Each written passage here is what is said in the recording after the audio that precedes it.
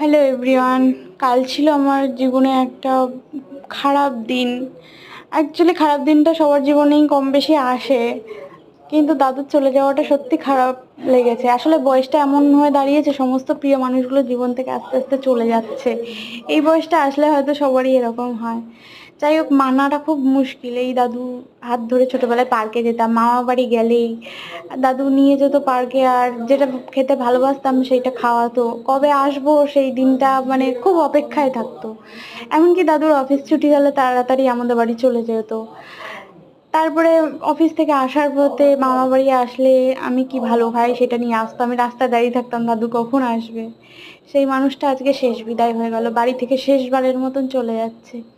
মেনে নেওয়াটা খুব কষ্টকর, কিন্তু কি করব, মানতে হবেই।